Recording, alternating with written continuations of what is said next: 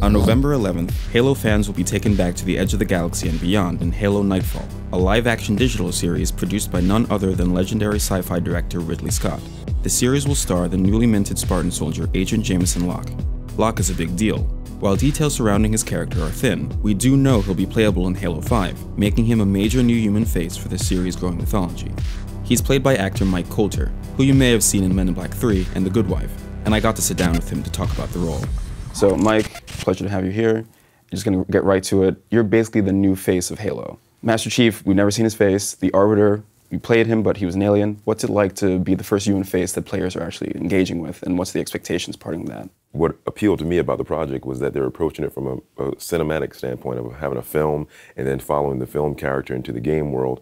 And I felt like for me as an actor, that was what was appealing. You know, you get to create a character who has, you know, the nuances of all the richness of a human quality that you're going to put into the game. And so hopefully the fans and the gamers will connect to that, and then they will, I guess, just have a better gaming experience because of it. Well, starting with the show first, I mean, you're working with Ridley Scott, executive producer. What's it like working with him? Is he hands-on, or? You know, it's funny because his production company is called Scott Free, and I think it really does relate to how he approaches it. I mean, it is scot-free. I mean, he is, you know, he does keep his finger on the pulse. He's very involved as far as the creative aspect of it. You know, when you're in a scot-free production, you can tell. I mean, it's the quality. There's a lot of nuances to the film I think people are going to appreciate. I think you'll see a little Blade Runner feel to it. You'll see a little Alien feel to it. Predator. I mean, it has a little bit of all of those things kind of combined visually. When I first saw some of the daily rushes, I looked at it and I thought, wow, this reminds me of like Children of Men, which cinematically, I really thought that was kind of cool. So it looks, you know, looks kick-ass. As far as the game's concerned, I mean, you said motion capture and like your face is actually in the game. So you were in the whole suit, the full ball suit? Yeah, and there are no cameras allowed on set when that's going on because I don't want anybody to see me walking around that suit. It is quite comfortable though. It's kind of like going to bed, but you're not. Yeah, it's kind of like that. It's meticulous and it's a tedious process. We did the scanning for my facial imagery. We did that for about 3 hours. I mean, I'd say about 30, 40 cameras, you know, positioned just so they're not missing anything. You sit there and you make every facial expression known to man. What's the wildest expression that you had to make, like, in that process? I think it was something like, oh, well, there's an expression I couldn't do, like you had to flare your nostrils. I can't flare my nostrils. I was like, you want me to flare my nostrils? I'm like, God, I'm so glad I can't do it because I'm like, I don't want you to have that as a possibility. And then the one where you open your mouth as wide as you can. Yeah, that I'm not gonna do that now. But you open your mouth as wide as you can for some reason. So then they'll use that, and there'll be certain scenes, obviously, in certain levels of the game, and where my character will be interacting with another character, you know, as an actor. But I have to first do the technical aspect. So yeah, I'm pretty psyched about that. Having my face in a video game like that, and having my own action figure, that's also something that's appealing. You know, everyone should have their own action figure. Everyone should have their own action figure. Yeah. Have you seen the action figure yet? I mean, I've seen other people's action figures, and I'm assuming that they're going to do a pretty good job because. I mean, they tend to look a little better than the person actually. So, you know, me having a bald head, I'm sure it's going to be nice and smooth, and it's going to have shiny, nice and shiny bald head. That'll be fun. But I haven't seen it yet. All right. I mean, I have to ask, what is like the heart and soul of like this character? Like, what makes him tick?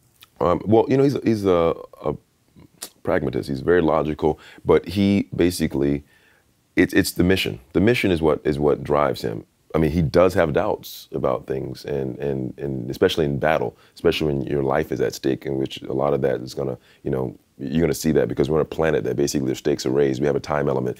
We have to get off the planet in a matter of hours, otherwise we'll all die from the heat. The Halo ring gets past excess of 300-400 degrees, and we're talking about death immediately. So, honestly, Locke is the kind of guy that would give his life for the mission and for his colleagues. He would die for them, and he would die for the mission. And that's something you just don't see very often nowadays. That's something that I like about him because that's not me. Vastly different. That's not me. I would not die for the mission. Yeah. So I like acting and doing things that are completely out of the box for me. Yeah. So like you took this role and like, you know, strong black character. Like, what is the diversity equation like in this series? That's what's weird about it. You know, I pride myself in approaching all the work the same. You know, I'm kind of colorblind in a sense. Even in America in 2014, people go, colorblind, how can you be? It's pretty hard still. But I just look at the work as always being You know, it's just the material. And if I'm able to play it, and if they're able to see me in the character, then what they'll happen to have is a black guy who has a bald head, who's 6'3", and all these things will just be, you know, just a happenstance or just you know, just randomness. But when I read it, I felt like I've come across characters like that. I felt like it could go any color, but you know, there's something innate about it. There's a quality about it. There's something you can't put your finger on. Whatever it was, they saw that with me. But so hopefully, you know, hopefully people when they look at it, the first thing they won't notice is that he's a black guy, because this is 400 years ahead of time. So I mean, I don't think anybody's going to be thinking about that 400 years. I think we're probably, you know, I hope we're past that point. Or maybe I'm the only black man left by that time. Maybe it's Hopefully not. Hopefully not. Well, you said that you're not the biggest gamer. I'm going to hold you to that. So how much Halo have you actually played? Very little, very little. I mean, honestly, I just picked up a joystick at the Xbox Microsoft headquarters. So they have a huge screen in there, and they showed me a lot of the stuff as it was raw footage, as they were building the game. And so I got to experience it on a really intense level, you know, 3D with huge speakers and stuff. And I can see why they do what they do, because you sit there all day long and you're in this room and you're surrounded by, you know, all this technology, and you're just basically creating, you know, a game. And I just look forward to seeing the finished product, and I hope everybody's pleased with it. It'll be out in November, and it's available on Xbox One, and to anyone who buys the Master Chief Collection. So look forward to it. Thanks for coming out, man. Thank you for having me, man. Thanks.